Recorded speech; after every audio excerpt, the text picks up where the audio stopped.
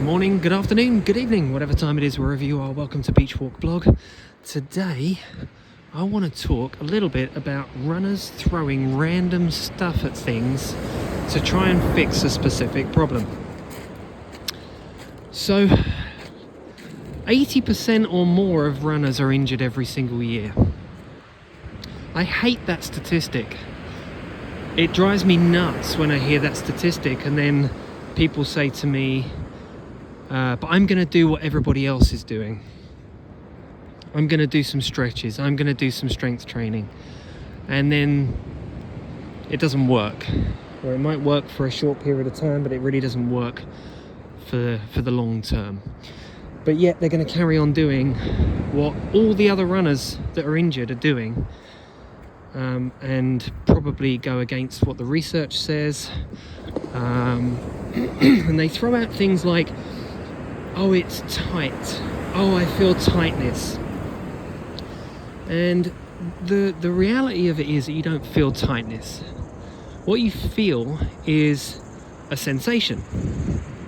You've just chosen that it's tight. And then you're going to throw random stuff at a problem or at a situation, at a sensation that you're feeling in order to try and fix the something that it might be or it probably isn't. So let's put this into a little analogy. You walk into a doctor's surgery with an appointment. You don't actually see a doctor to get diagnosed, but what you do is you start knocking back pills for anything and everything that's on display in the pharmacy. So you haven't seen the doctor, you haven't been diagnosed, you don't have a prescription, but instead what you do is you just start knocking back pills for everything and anything. So you're taking acetaminophen, paracetamol, you're taking ibuprofen to stop the inflammation, which we know is a bad thing anyway. You're icing it, you're stretching it, you're taking antibiotics, you're taking you're doing all sorts of random things when you don't even know what the problem is, and you haven't tested anything either.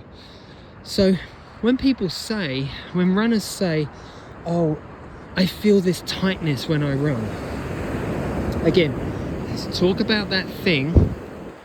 I feel, and then you've chosen what that sensation means, and that's where the problem lies. Now it's panic stations, right? I have to do absolutely everything to try and fix something that you don't actually know is tightness. Because again, what you've done is you've felt a sensation and then you've put a word, a description word, and you've stuck with that word. Oh, I feel tightness, therefore it must be tight. Therefore I must stretch, or therefore I must do this. And without any knowledge of what it is and what the situation is, you've just thrown a load of arbitrary random shit at it and hoped that something is going to work. And it probably, most likely, didn't or doesn't. Because again, I'll go back to the statistic of 80% or more of runners are injured every year. And many of them are injured repeatedly each year with either the same injury or something else that's related to the same problem. So I'm going to go back to my gait analysis video that I have posted a number of times onto the Facebook group page about the 5 most common issues we see with runners running form. Because before you just assume that something's tight, and before you start throwing all sorts of random arbitrary crap at the situation, what you have to do, and you have to get your head around this, is you have to assess the situation. Right? You have to assess the situation. Now, the other day, I got into a conversation with a self-professed new runner. Is that the right word? Self-professed. They said that they were a beginner runner. Let's put it that way. So they're a new runner. They've been running for about 2 months, and they've got knee pain. So she said, I feel this tightness is causing my problem. And then I had a conversation with her. This was on one of my consult calls. And she said, I've assessed my running form and it all looks okay. And I didn't outwardly laugh, although I really, really strongly wanted to. But inside, I had this moment of like, oh yeah, because it's so simple just to know exactly what's going on in a running gait, isn't it? And being a relatively, or particularly a brand new runner, you have absolutely no idea what you're talking about. And I mean that with the greatest of respect. For a new runner who's been running for 2 months, you don't know anything. You barely really know how to just build up the running and how to be a runner at this point. You're just putting one foot in front of the other and hoping for the best. So, to kind of say, oh yeah, I analysed my running form and it all looked okay. What the hell? How do you know what you're looking at looks okay? Well, really? That's ridiculous. It's laughable. And then the next thing they said was, and my personal trainer said it looked okay as well.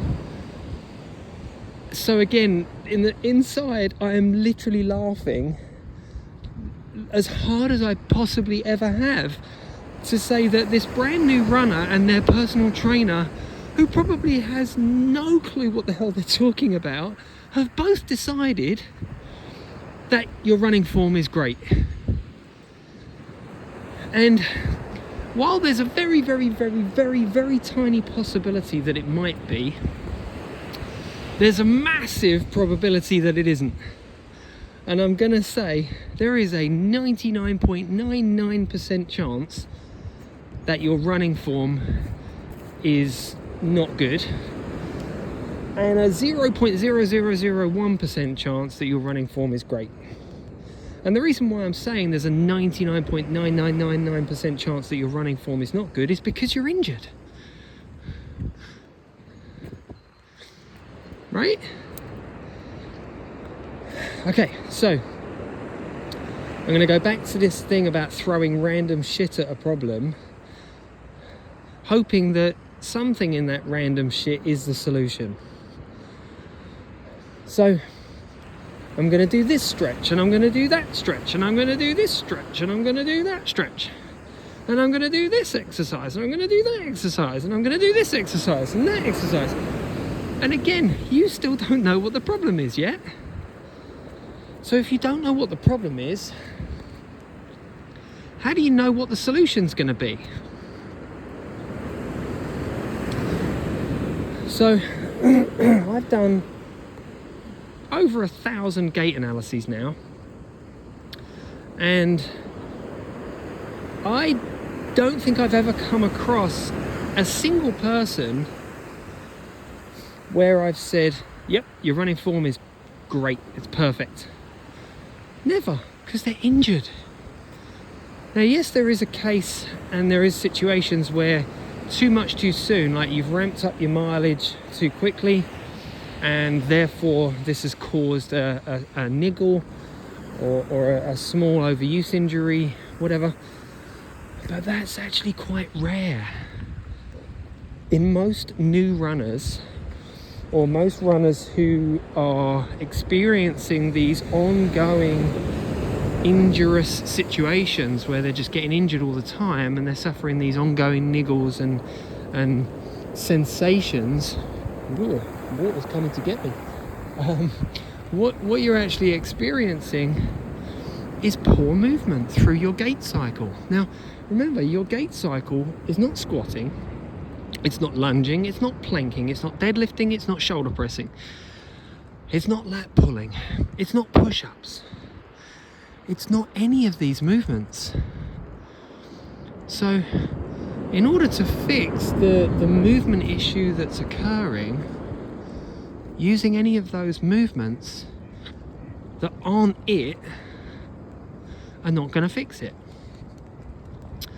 Doing ballet bar work, doing Pilates work, if it's not the movement of gait, if it's not a joint action that's involved in the movement of gait, and if it's not a movement that's coordinating two or more of those joint actions, then you're not fixing or training the movement of gait. And to put it in different terms, in terms that might make more sense, this kind of arbitrary nature of just throwing random shit at something and hoping it works, I'm going to use this as a thought.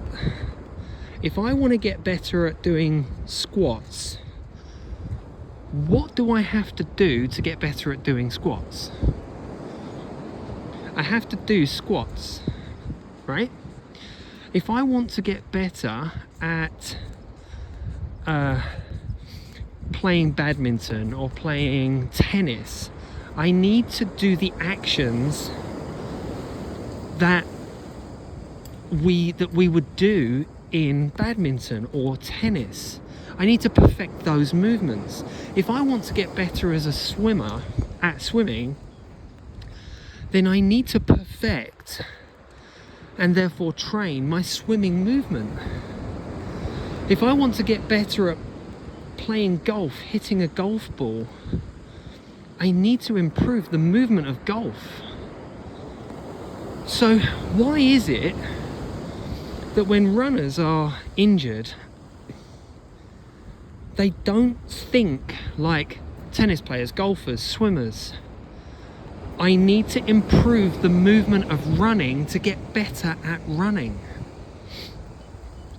That should be the very, very first thing on your mind.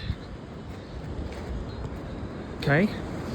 I saw something the other day, and remember, this is a beach walk blog. This is me just talking about things that I see and things that I hear all over the socials, and of course when people talk to me in a private consult, I'm not naming any names, I'm just talking about things that I hear and things that I talk with people about to try and help more people. That's the goal of this.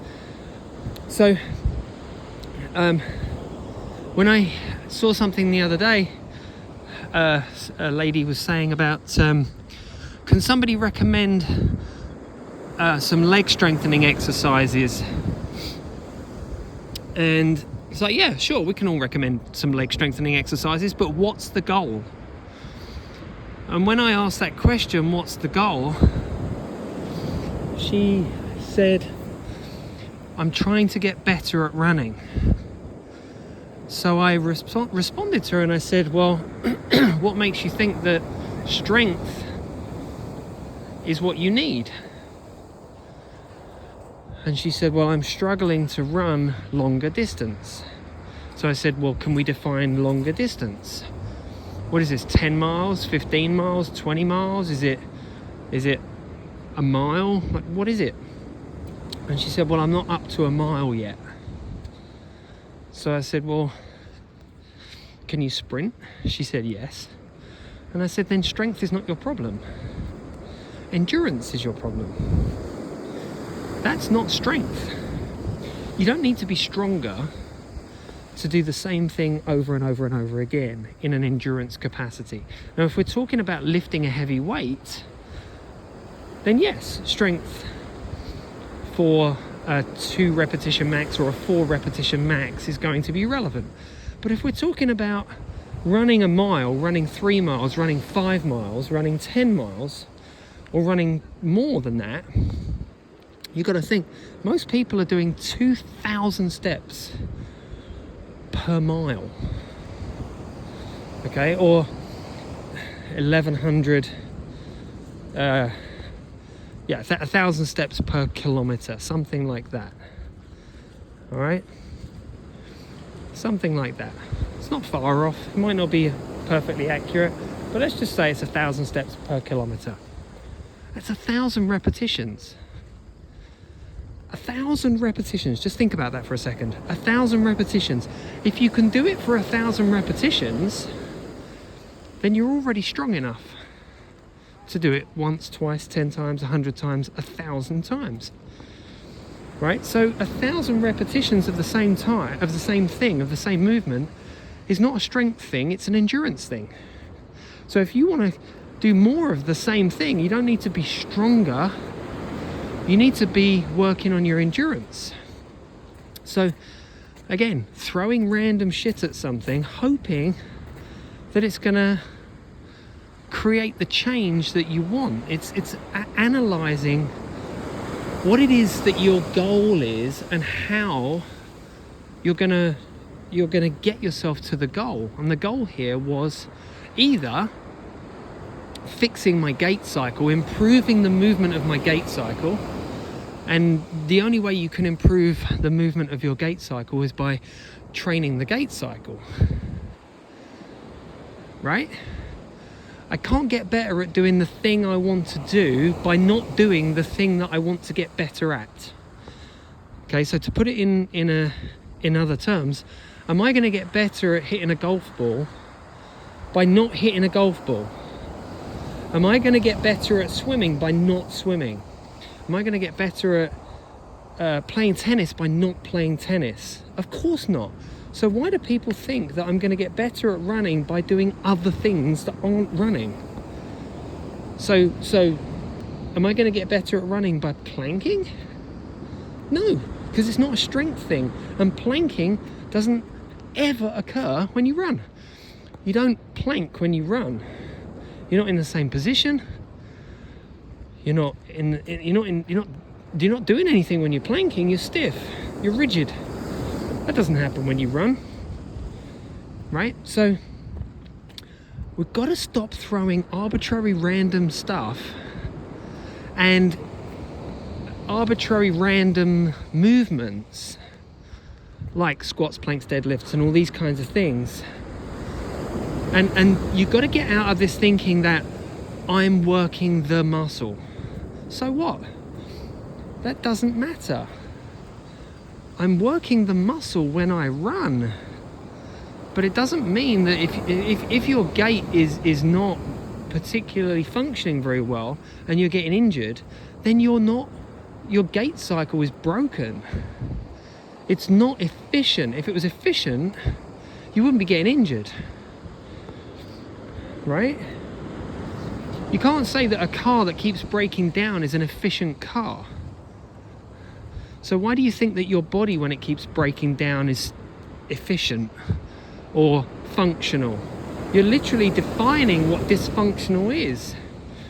If my body keeps breaking, and I'm talking about myself here, right? If you don't like me using the words dysfunctional, that's probably because it is. Right? I'm using a word to describe exactly what my body used to be a number of years ago. It was extremely functional for weightlifting and powerlifting and riding a bike and doing gymnastics and contorting my body into ridiculous shapes that made really cool party tricks. But when it came to running, my body would fall to bits and I'd get injured all the time. But I was ridiculously strong because remember, I was doing powerlifting and I was a gymnast, and there is no such thing as a weak gymnast. I was super functional for riding bikes, doing gymnastics, stretching and contorting my body into all sorts of different shapes. And I was super functional at powerlifting because that's what I trained for. What I didn't train for was running. I didn't actually actively train for the running movement. So when it came to running, I was super dysfunctional because I wasn't training those movements in the coordinative pattern that running demands. I wasn't training, full hip extension and internal rotation. I wasn't training thoracic rotation. I wasn't training any of those things. I wasn't training pelvis rotation. I wasn't training my spine to move really well. I wasn't training pronation. I might have said that.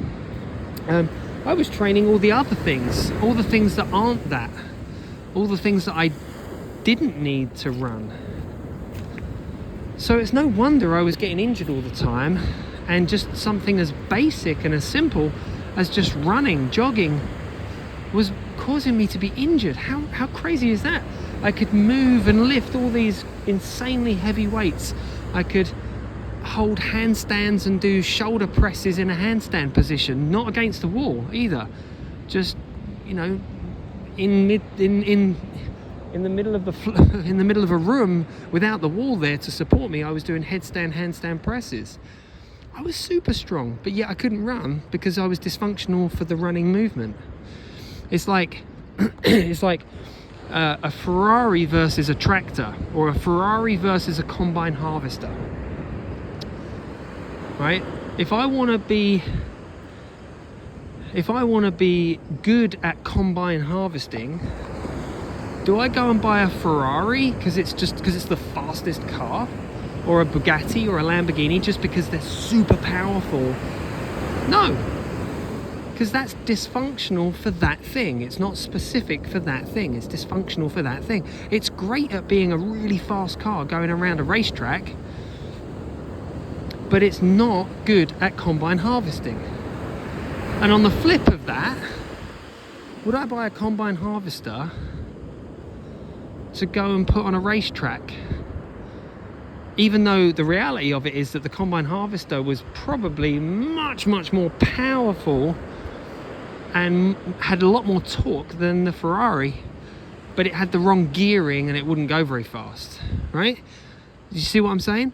They both are capable of locomotion. In the same way I was capable of locomotion when I was a gymnast and a powerlifter. I could still walk, and I could still, you know, do a little bit of light jogging, but the moment I started just pushing the pace at all, or trying to train for running and be more of a runner, I'd get hurt. I'd get injured almost within a couple of weeks. And that's the same thing as what I see out there on the socials all the time. Hey, I'm injured. What stretches shall I do? No. Hey, I'm injured. Somebody recommends some a strength program to follow on YouTube. No. Hey, I'm injured. Somebody recommend some core work that I need to do. No.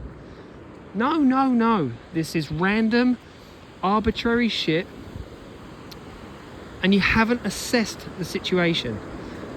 Okay, you're sick, you've got a cough, or you've got a pain in your leg, and you're going to go to a pharmacy and start knocking back random pills that aren't the solution to the problem. The pills that you take in, or the strength exercises that you're doing, or the stretches that you're doing, are not the solution to the problem that's at hand. They're the solution to a different problem, not your problem, because you haven't assessed what it is with your running form that's going wrong. So if you haven't done an assessment, then why do you think that throwing random stuff is going to fix you? Why do you think that throwing random stuff at the problem is going to fix it? Because you don't know what thing you need to throw at it. It's like, I'll give you another little analogy of doing the wrong thing. I go to France and I can't communicate with anybody, so I go onto Babbel and I download the Babbel language app to learn Chinese. Well, it's a language. It's a language, right? I speak English and I really need to learn French, but what I actually did was I learned Chinese. Well, it was a different language. It must fix the problem because it's a different language. No, but it was the wrong language. That's what you're doing with throwing random arbitrary stuff at a problem and hoping it's going to fix the situation. It has to be specific. It has to be. It's a specific problem that needs a specific solution, right? And I'm going to cut that one right there. Okay, I'm going to finish this one right there. Stop doing random shit. Random stuff. Because the other 80% of injured runners that are doing the same exact thing that you're doing, random arbitrary stuff, are also doing the same random arbitrary stuff and not getting fixed. They are your example of what not to do rather than your example of what to do. Okay? Have a great rest of your day.